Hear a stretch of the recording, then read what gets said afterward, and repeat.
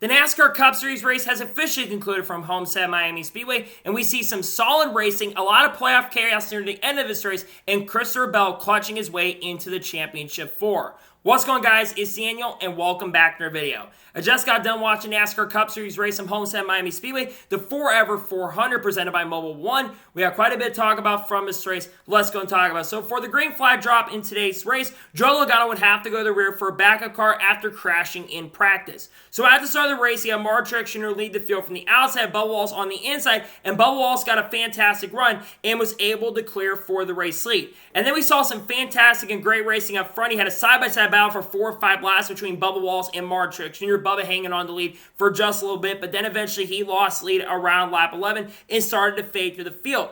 That would hand the lead to Mark Truex Jr. Then a few laps later, William Byron got a fantastic run and was able to pass Mark Truex Jr. for lead on lap 20. And then on lap 30, green flag pit stops started happening. You had first Kyle Busch and Ryan Preece come down pit road. Then a few laps later, you had Austin Dillon, Kyle Larson, Brad Keselowski, Chase Elliott, and John Nemechek come down pit road. Unfortunately for John Nemechek, he would get a speeding penalty. Then the next lap, you had William Byron, Kevin Harvick, Austin Cindric, Eric Almirola, and Harrison Burton come down pit road. Then the next lap, you had Chris Buescher, AJ Allmendinger, Christopher Bell, and Tyler Reddick. They went down pit road, and William Byron actually blended behind Kyle Larson, lost a ton of positions. Then the next lap, Bubba Wallace came in, and then Denny Hamlin played a little bit of a conservative strategy where he stayed out a lot longer and would lose a lot of time, but would have a tire advantage, and then would come down pit road on lap 40.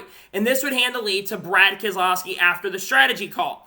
Luckily, long-term, Kyle Larson's car was better than Brad Keselowski's, and about 15 laps later, Kyle Larson was able to pass Brad Keselowski for the race lead. And it looked like Kyle Larson was going to run with the stage, and then with 4 laps to go in stage number 1, the first caution race come out for Ricky Stenhouse Jr., who spun from 18th position, hit the outside wall, and unfortunately spun out, ending his chance of competing for a really strong run, and unfortunately broke the right rear toe link, and that would end his chance at a good run. And that would end stage number 1 with Kyle Larson coming off the corner and winning stage number 1. Then all the lap cars would come down pit road with Kyle Larson, win the race off pit road. Denny Hamlin would have a really bad pit stop and a slow stop where he had issues on a left rear lug and would lose a ton of positions, drop from 6th to 14th. And on the restart, Kyle Larson lead the field from the outside with Brad Keselowski on the inside, and Kyle Larson was able to clear for the race lead. Then we'd have a long green flag run, and in lap 114, we started seeing guys come down pit road. First, Kyle Larson, Ryan Preece, Chase Briscoe. Then the next lap, Chris Buescher, Christopher Bell, Eric Almirola, Joe Logano, Austin Dillon, Tyler Reddick, Ross Chastain, and Brad Keselowski among the guys that came in. Then the next lap, you had Corey LaJoie, AJ Allmendinger, Eric Jones come in. Then you had some guys set a little longer. First, Daniel Suarez. Then you had Bubba Wallace come in a few laps later. And then Denny Hamlin set a lot longer once again, and then came to pit road. And this would hand Kyle Larson back the race lead. And it looked like Kyle Larson was going to run away with the stage. All of a sudden, with 10 laps to go, Kyle Larson's car starts fading and drops way back and would lose the lead with 4 laps to go in stage number 2 and hand the lead to Ryan Blaney. And then William Byron actually passed Larson for second. William Byron tried to run Ryan Blaney down, but it would not be enough for him, and Ryan Blaney would come off the corner and steal and win stage number 2. Then all the lap cars would then come down pit road with Ryan Blaney keeping the lead off the pit stops. Eric Almirola sped on pit road, and Chase Briscoe lost a tire, both in getting penalties there. And Mark Truex Jr. had a slow tire change and dropped all the way from 6th to 11th position. And then on the restart, you had Ryan Blaney lead the field from the outside with William Byron on the inside, and Ryan Blaney got a fantastic run and was able to clear. Actually, William Byron got the lead, but Ryan Blaney was able to get it back.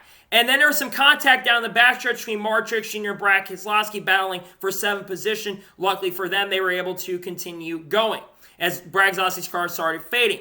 And then on lap 202, we saw Josh Bilicki spin coming to pit road. We thought a caution would come out for that, but the race would stay green.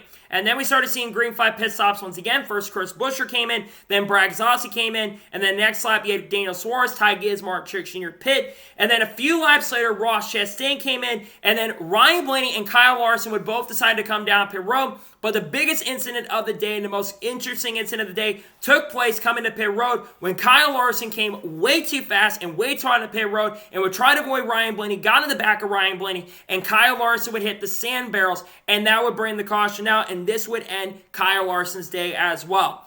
I know a lot of people are blaming Ryan Blaney for the incident for coming conservative, and yes, he did come in conservative for the incident, but if you were to ask me, especially with Kyle Larson being locked into the championship 4, I really don't understand why the hell he tried to go that really fast into pit road, and he did take responsibility for the wreck, but that was just a bad mistake on Larson's part, and Larson is an exciting driver, but there's a lot of times where he makes a lot of mistakes and bonehead moves at times. And unfortunately, Larson just made a mistake, came in way too hot. And I'm going to put more blame on Kyle Larson for that incident. He took responsibility. Kyle Larson 1,000% was at fault. Larson ran his tire barriers, and that unfortunately ended his day. And I think this would also unfortunately affect Ryan Blaney's day. And then, like I said, Kyle Larson went to the garage, and they actually had to stop the cars on the backstretch to get the repairs made. So then, Ryan Blaney, because he actually had come down pit road before the caution had come out, he was standing lead lap and was assumed control of this race, while everyone else decided to come to pit road. And then you had Ross Chastain, Mark Truex Jr., Chase Briscoe, Ty Gibbs, Mark Truex, and Chase Elliott. They would all take the wave around.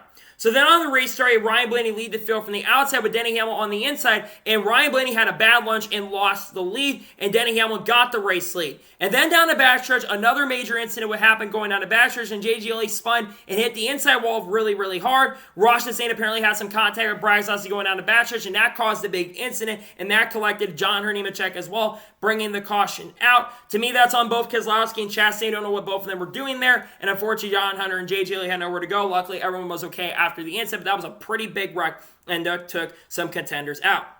So then during the caution, you have Bubba Wallace, Brad Keselowski, Mark Truex Jr., Chase Briscoe, Ty Gibbs, Ryan Preece, and Chase Elliott all come down pit road and take 4 tires. And then on the next restart, you had Denny Hamlin lead the field from the inside with Ryan Blaney on the outside. And we saw Ryan Blaney and Denny Hamlin side draft each other and lost a ton of positions going down the backstretch. And Chris Bell sends it 3 wide at bottom going turn number 3 and was able to clear for the race lead. And both of them would drop all the way back to 3rd and 4th position, but Blaney eventually got up to 3rd. And then with 32 laps to go in this race, Denny Hamlin, who was in prime position to have a chance to win the race, would hit the outside wall after basically having a toe link broke or something along those lines, and hit the outside wall really, really hard and brought the caution out. Denny Hamlin will now pretty much be in a must-win situation going into the next race at Martinsville. Tough race for Denny Hamlin, who have been rebounding throughout the day. Never had the utmost speed to contend for the victory, but still a major issue for Denny Hamlin. And then during the caution, Mark Truex Jr. out of nowhere, his engine fails and goes up in smoke. And unfortunately, his day would come to end as well. Disaster class for Joe Gibbs Racing. And now Mark Truex Jr. 1,000% is in a must-win situation going into Martinsville. Really tough break and just another bad race for Mark Truex Jr. It's a shame because he had a really good day going, had a top 5 car majority of the day. Then they had the issues on pit road. They got caught up with the caution, and their day unfortunately came to a close with the engine failure. So then, all leaders would come down pit road with William Byron winning the race off pit road. Chris Bell dropped all the way to 3rd position after a bad pit stop. And then we get to the restart. William Byron lead the field from the inside with Ryan Blaney on the outside. And Ryan Blaney got a fantastic run and was able to clear for the lead. But then William Byron got a fantastic run going down the front stretch once again. And he got and challenged Ryan Blaney for the race lead. And William Byron was able to get it back. And then on the long run, Chris Bell had a fantastic car, and with 16 laps to go, Chris Bell was sent it to the bottom and get the race lead from William Byron and started driving away. But all of a sudden, near the end of this race, Ryan Blaney's car really started coming into play, and with around 7 laps to go, Ryan Blaney was able to pass William Byron for 2nd position, and he was starting to catch him for the race lead. Unfortunately, though, Chris Bell had been probably playing it safe, playing it cautious. He started going up the high line, and Ryan Blaney's lead chances to catch. He was catching 1 lap, then losing a lap, and then unfortunately, Ryan Blaney did not have anything for him. And coming off the final corner, Chris Bell holds off Ryan Blaney by 1.5 seconds and picks up his 2nd victory of the 2023 season and locks his way into the championship 4. Chris Bell has been coming on strong near the end of this season. He's had 4 top 5s, I think, in the last 7 or 8 races. He's been extremely consistent, could have won last week at Vegas, and he said historically he's not been great at this track. And it's crazy thing, too, because Chris Bell at one point was on the verge of going a lap down. They fixed that car, they got it right in the right position, the right time, and they're becoming the new closer in the series because they started off bad, they got it better, and they won the race. Massive congratulations to Chris Bell on winning the race and locking his way to the championship 4. He deserves it, he did it the right way, and got the win. 2nd win, a 6th career win for him. He'll have a chance to win the championship at Phoenix Raceway. Congratulations to Bell on picking up the victory.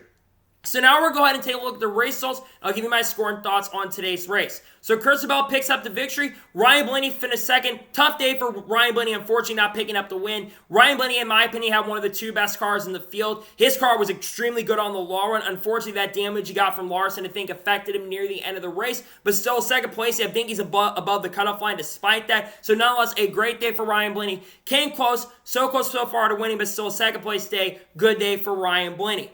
Tyler Reddick finished third. Great comeback for Tyler Reddick. He never had the utmost speed that I thought he was going to have. This is about the best he ran all day. I thought he would be a contender for the victory. Unfortunately, never showed the outright pace for the win, but he still finishes third. Great day for Tyler Reddick. William Byron finished fourth. His car was about a fifth-place car best most of the day. Ran third or fourth near the end. Capitalized a little bit and still finishes fourth. He's in a good position going into Martinsville next week. Good day for William Byron in fourth place.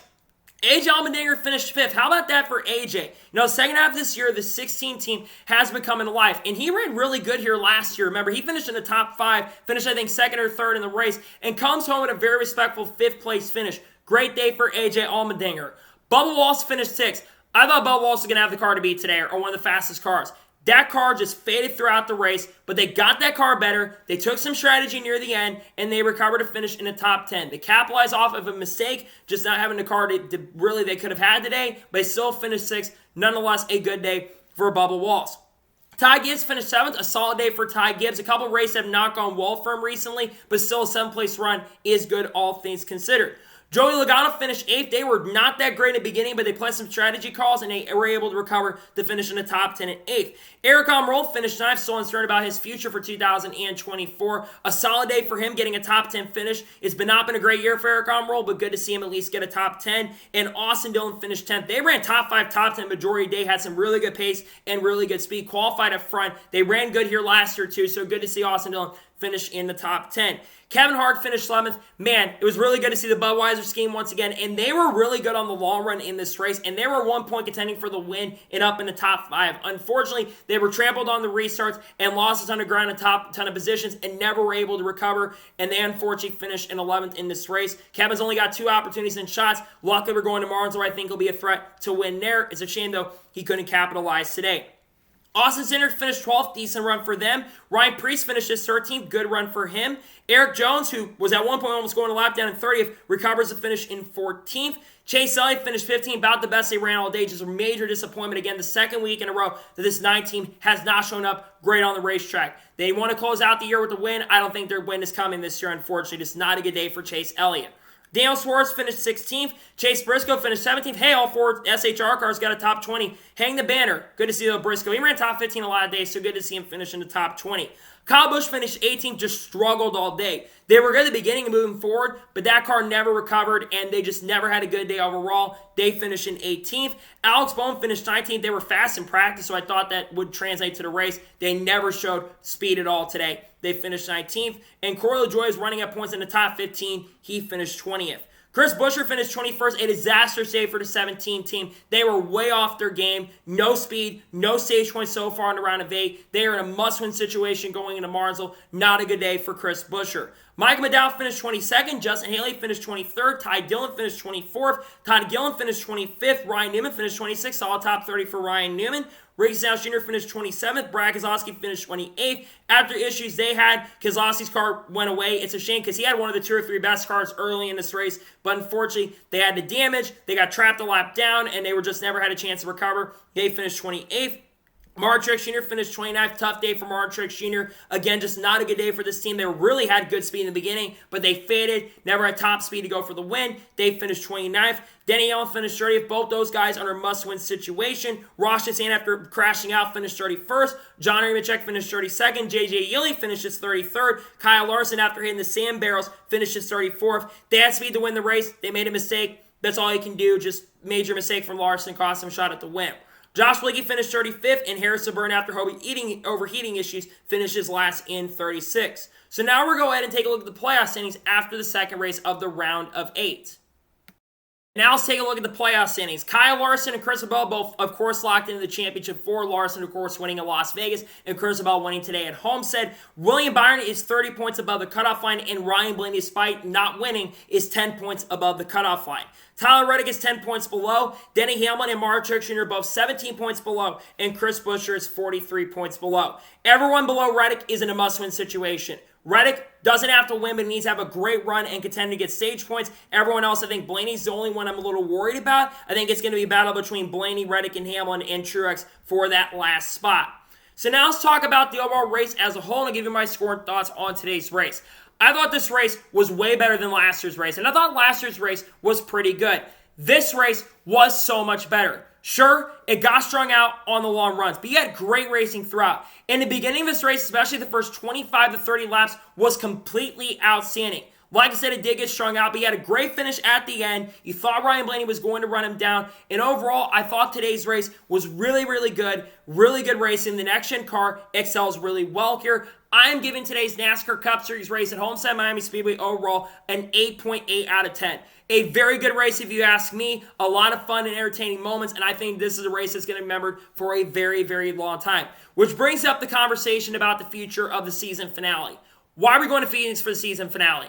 To me, this track should host it. The racing's so much better here. Yes, I know they need to upgrade the facilities for them to get the season finale again, but it frustrates the crap out of me that this is not the season finale, especially after how good today's race was. This should be, in my opinion, the season finale. So, that is where today's NASCAR Cup Series race will be from Homestead Miami Speedway. I want to thank you guys for watching. Please subscribe to the channel, notifications on us, and if I win a video, it does go live on my channel. Follow me on Twitter, Facebook, and Instagram, and support me on Patreon as well. Links description below that, and comment your thoughts below on today's race. What are your thoughts on today's race at Homestead? Let me know below. Let me know your score in the comments below. And congratulate Chris Bell on winning at Homestead and locking his way into the Championship 4. Let me know your thoughts in the comments below. Tomorrow on the channel, we're going to have a NASCAR news video discussing news over the last couple days. We're also going to have the NASCAR Xfinity Series race picks for the upcoming race at Martinsville. Tuesday, we'll be talking about who I think will make the Championship 4. And if any major NASCAR news breaks throughout the week, we'll discuss it here on the channel. So anyways, like I said, I want to thank you guys for watching today's episode. And I'll see you guys next time for more great, awesome NASCAR content and other motorsports content on the channel like this. Take care, everybody.